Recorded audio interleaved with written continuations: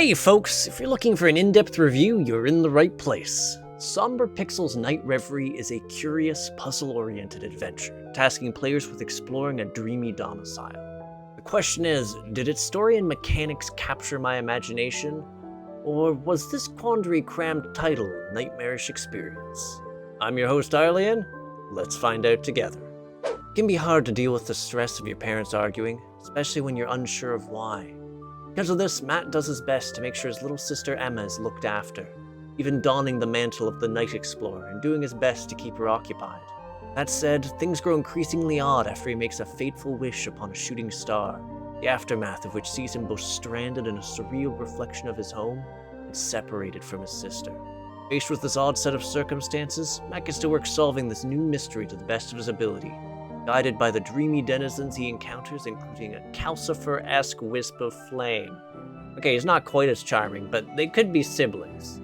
That's the summary though, and as far as narrative execution goes, well, Midnight Reverie is a fairly dense endeavor. The main story is told through a number of scenes which unfurl as you progress through the game's puzzles and chat with the household's denizens.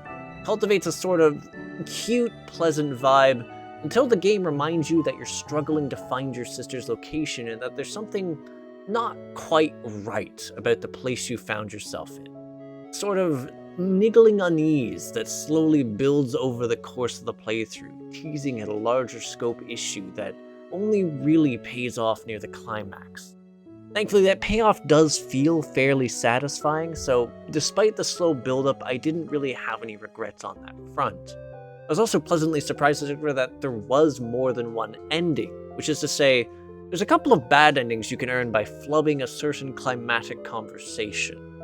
Thankfully, between the fact that you're given some fairly obvious cues for when you mess up and that you can freely save when not in a conversation, it's pretty easy to redo that segment and correct things so you can see more of what the story has to offer. That said, there's a fair amount of things to do before you reach the climax, so let's talk about that. Gameplay-wise, Night Reverie is a generally easygoing puzzle adventure which tasks you with searching your environs for your sister and interrogating the denizens of the house for what little they may know. As it stands, most of these tasks tend to involve a lot of fetch questing, which is to say, rummaging around the house in search of the appropriate item to use with a given object. It's not an exaggeration either, given that while there were a few novel and interesting puzzles along the way, there was a fair number whose primary difficulty hinged on where to use a particular item and then where to use the subsequent item you earned from there. Essentially, for veterans of the adventure puzzle genre or anyone who dealt with the trading quests in Zelda, things will often feel easy.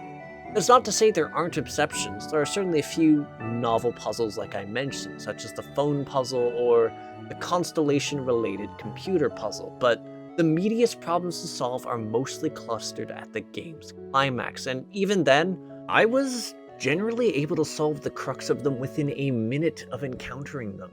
That said, while the puzzle segments sometimes felt lacking, that wasn't all Night Reverie had to offer, as there are a number of novel gameplay segments to help change things up as well.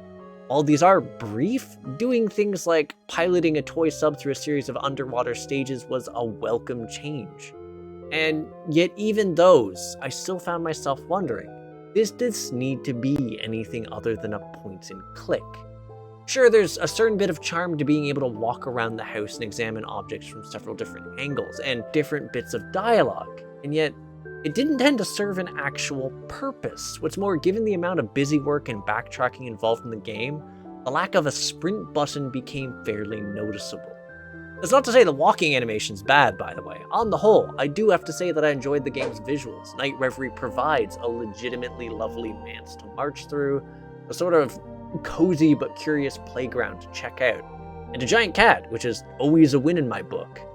Still, whilst I generally dug what it had to offer, there are few still scenes which accompany certain story beats, scenes which just seem to awkwardly linger for a bit longer than I would have liked. Then we get to the game's soundtrack, and, well, overall, I feel it does a good job. While it isn't the sort of music I'd sit down and listen to during my downtime, it's an overall solid arrangement which helps to set the mood for the game at large. Really, with all that said, that brings us to the conclusion, and I do have to say, despite all the nitpicks I brought up, I did ultimately enjoy my time with Night Reverie. Narratively speaking, while it does take a bit for the story to really pick up, I never found my interest waning, and I didn't actually predict the manner in which the story unfurled, so kudos on that.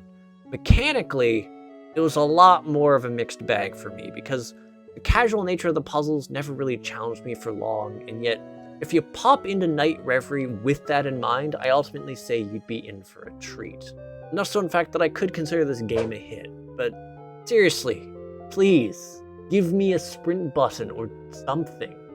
Anywho, thanks for tuning in. If you agree, disagree, or just have something to say to me, feel free to comment. And if you enjoy my efforts to create new indie reviews, interviews, and gaming content, hit the subscribe button and the bell so you know there's a new release. For the Discord savvy folks, click the video description to find a link to my community, the Crit Hit Cauldron, and to my Patreon so you can support me and the other member of Crit Hit, that's being Hop. And lastly, if you want to see me get dunked on in indie games live, check out my Twitch at twitch.tv/Arlyeon. With all that said, I'll catch you on the next episode of Crit Hit. Take care till then, folks.